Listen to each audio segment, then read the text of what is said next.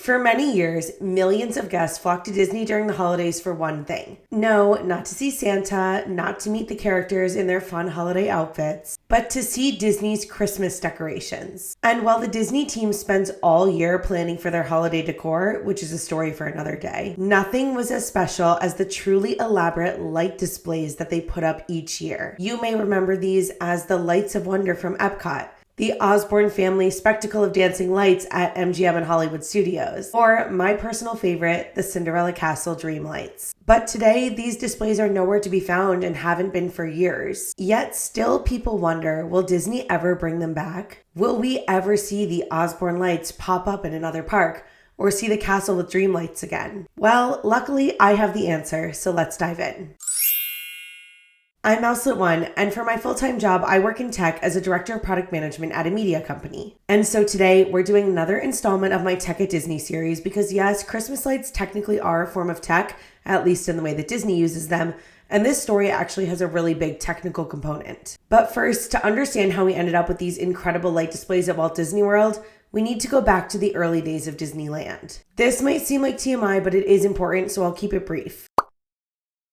When Disneyland first opened, there were huge crowds, but by late summer, a heat wave struck and Walt would walk around the park and find it empty. That fall, when kids went back to school, attendance really didn't pick up and Walt knew that he needed to do something to draw people in. So that is when the first Christmas tree appeared in Disneyland. It was placed in the town square and it was just a simple, real tree covered in Christmas lights. But what it really did was set the precedent that the holidays at Disneyland were going to be an extra special time. A time where people should take a special trip just to see the parks during the season because they knew it would be extra magical. So flash forward a decade, the holidays at Disneyland become a staple. They grow as an important aspect of Disneyland's park culture and draw hundreds of thousands of guests per year. But as Disney prepares to open their Florida park, would this holiday magic last or did they need to do something to plus it up even further? Well, you're about to find out. Walt Disney World, of course, opened in 1971 with one theme park, Magic Kingdom. And since Magic Kingdom was so similar to Disneyland, a lot of the holiday traditions from Disneyland carried over. And we've covered a lot about the early days of Walt Disney World recently, so you probably know that after Walt Disney and his brother Roy O. Disney passed away, Disney executives were left without any sort of leading visionary and started to play it a little bit safe. And unfortunately, that ended up hurting them because by the early 80s, the Disney company was struggling in almost every area except theme parks. The animation studio hadn't had a hit in years, the live action films were considered lackluster, and even in theme parks, Epcot, which was a huge risk for them, had come in way over budget. So let's focus there for a second. At the time, Epcot was specifically meant to be a big departure from the classic parks of Disneyland and Magic Kingdom, meaning that as Disney tried to differentiate it, they specifically were not infusing it with their characters, their intellectual property, and their standard Disney magic, which also ended up affecting how the holidays were celebrated in that park, aka they really weren't. But then in 1984, the two-man team of Michael Eisner and Frank Wells, who were hired to revitalize Disney, came in and changed all that. And if you don't know the story of Eisner and Wells, highly recommend you check out our deep dive because it sets a lot of precedent for this time period. But what you need to know for this story specifically is that Eisner wanted Disney and Disney magic to be everywhere. And that included theme parks and it included holidays at the theme parks. And it means that we are about to get our first taste of one of those iconic holiday light displays. And this is an important one. Eisner was focused on the theme parks in a way that Disney executives had not been for quite some time. In 1989, MGM Studios opened, a park that was largely considered to be his brainchild. And just 1 year later, the Disney Decade was announced, which meant that hundreds of millions of dollars were pumped into the parks to refresh and revitalize them. And so, a couple years later, in the early 90s, we meet Epcot's Lights of Winter. Weirdly enough, I feel like no one really talks about these. Of all of the Christmas light displays that Disney had, these seem equally amazing, but are really not mentioned compared to the others. I even referenced the Disney annual shareholder reports from 1993 through 1995, and they didn't say anything about them. But okay, so what were the Lights of Winter? Sadly, our family never saw them ourselves, but I have looked at many pictures and videos, and they were essentially a series of archways with over 30,000 lights that were placed on the esplanade between World Showcase and Future World. The lights were synced with the area's music loop and they would change into different colors and patterns. And at the end of the archways was Epcot's Christmas tree, which was lit each night during a special ceremony.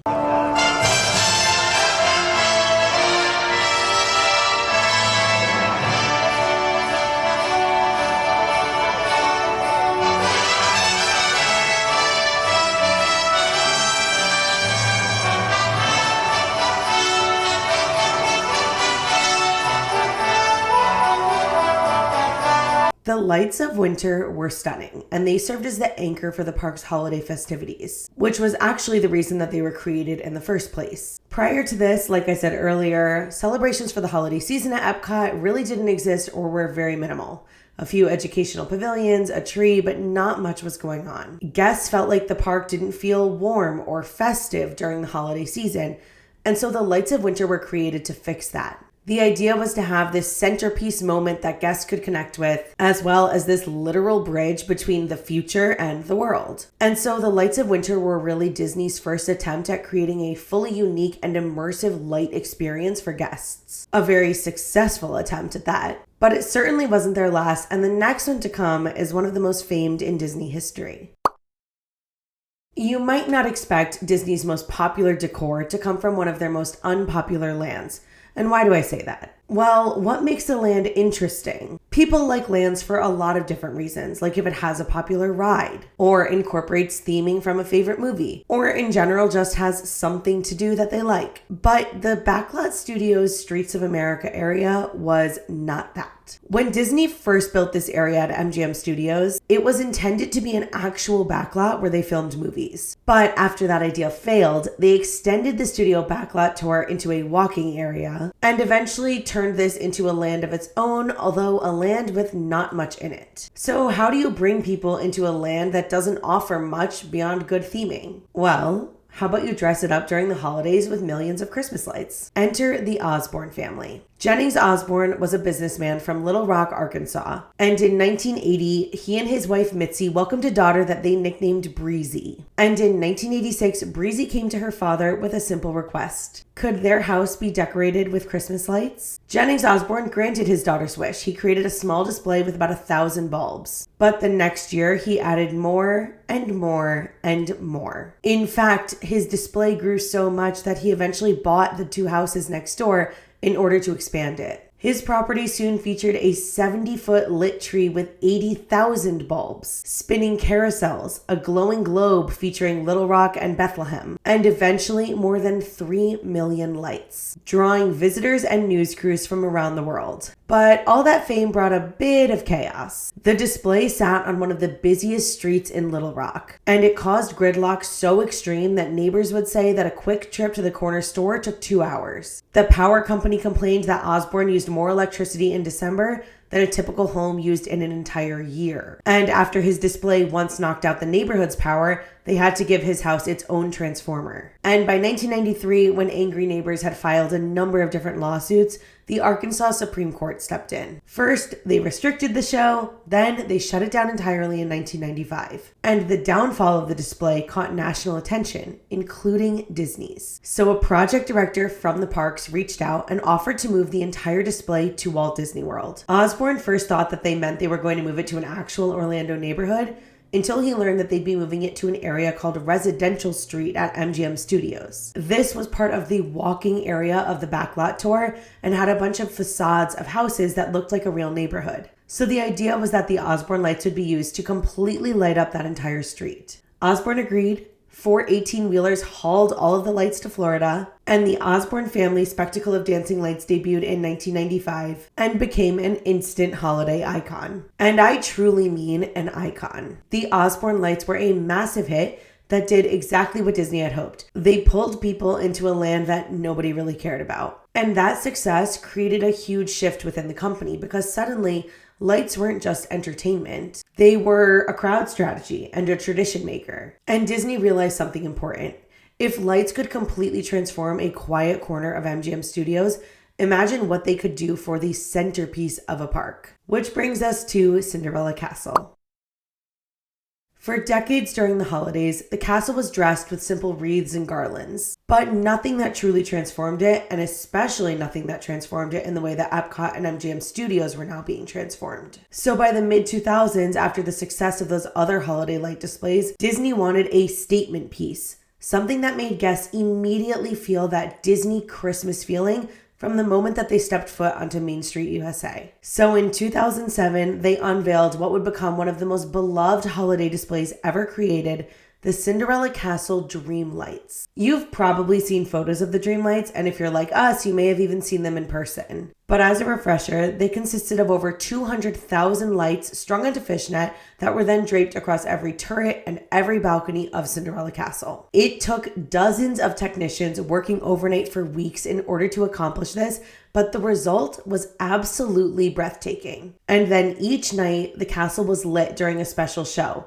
First hosted by Cinderella and the fairy godmother, as it was Cinderella's castle, and the lights were discussed as being inspired by her glass slippers. And then later it was lit by Elsa as an ice castle. And for more than a decade, this was the holiday icon of Walt Disney World.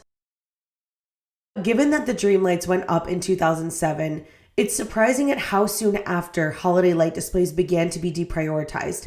And this is where the tech aspect comes into play. In 2009, fans were blindsided when Disney announced that the Epcot Lights of Wonder would not return. Thomas Smith from the official Disney Parks blog tweeted, "Yes, the Lights of Winter canopy has been enjoyed for years, but the technology to operate the lights is obsolete, prompting us to retire the lights and find a new experience." So let's dive in there for a moment. The technology is obsolete. Is that actually true? Well, yes and no. The technology to operate the Lights of Winter was 14 plus years old at that point, and it probably was becoming outdated. Actually, it definitely was becoming outdated. But that doesn't mean that the lights simply had to go away. Think about how much old technology Disney has upgraded over the years.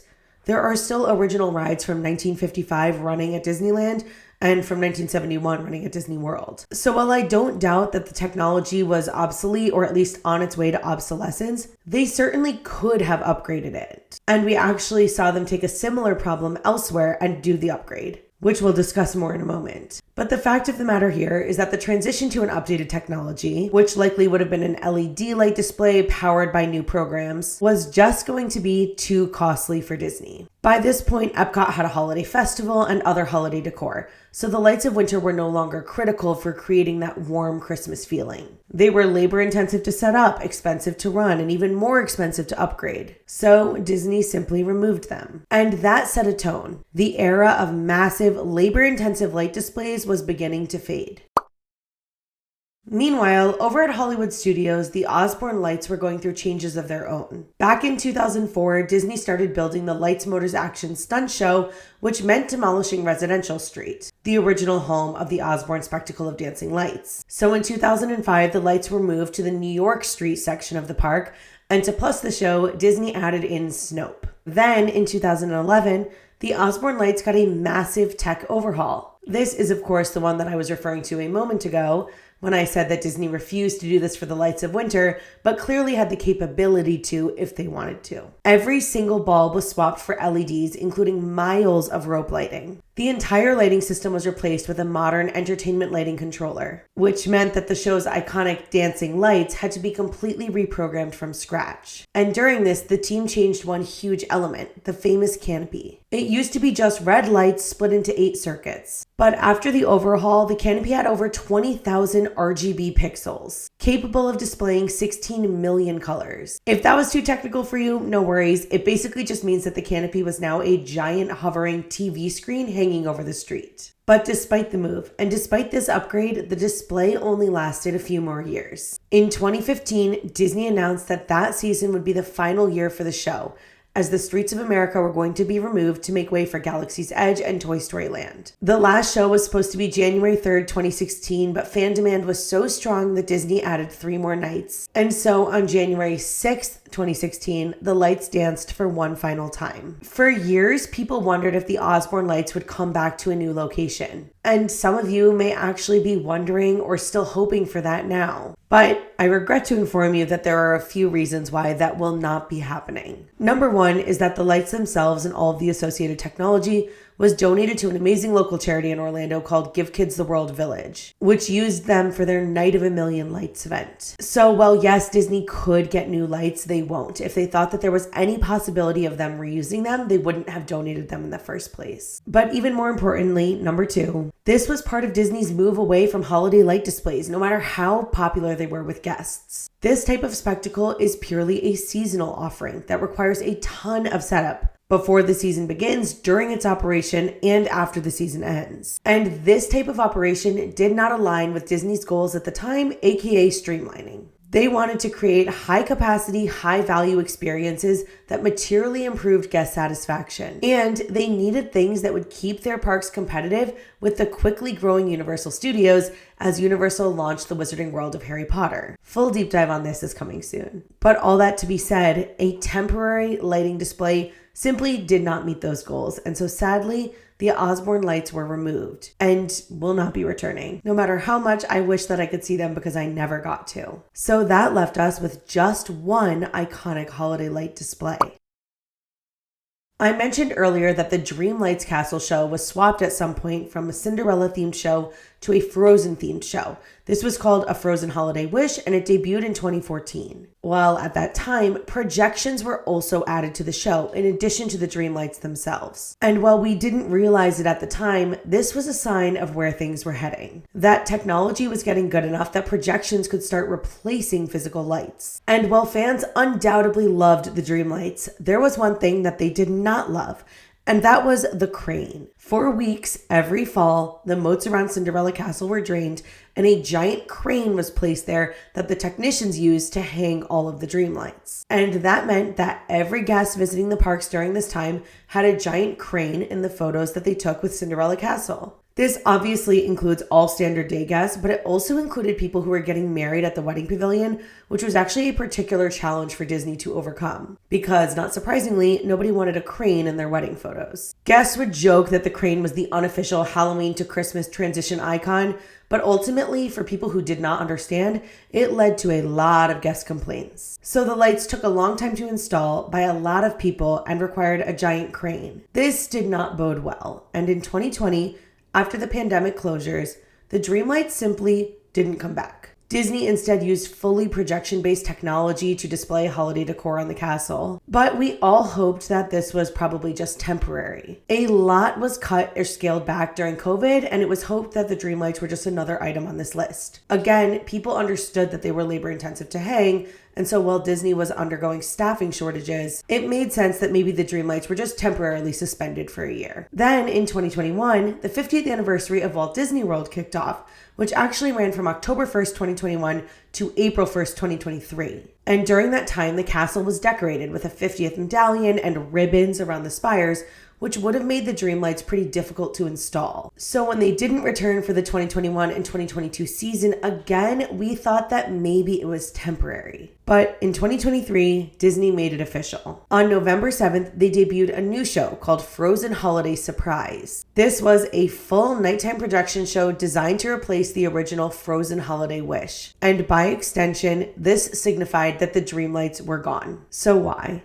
Well, once again, the Dream Lights were really laborious to install. It took weeks of work with a crane, meaning that Disney was spending a ton of money and guests were unhappy. They also had smaller issues like causing wear and tear in the castle and just needing a lot of maintenance to keep up. You can imagine that if a couple bulbs were out, it would kind of throw off the whole look. But perhaps more importantly, by 2020, Disney had fully leaned into projection technology. They already used it for their nighttime fireworks displays. They'd been using it in holiday shows for years, and they realized that they could create fully projection-based holiday displays that didn't need any physical labor, any downtime, or any real physical maintenance. And so the Dream Lights, while beautiful, while a fan favorite, were simply not good enough for Disney to keep. They had other alternatives that were cheaper, faster, and more flexible, and again, better aligned with that goal of streamlining. Now, if COVID hadn't happened, would the Dream Lights have returned? Honestly, maybe. Disney used the pandemic as a way to cut a lot of things that would have been harder to cut during normal operations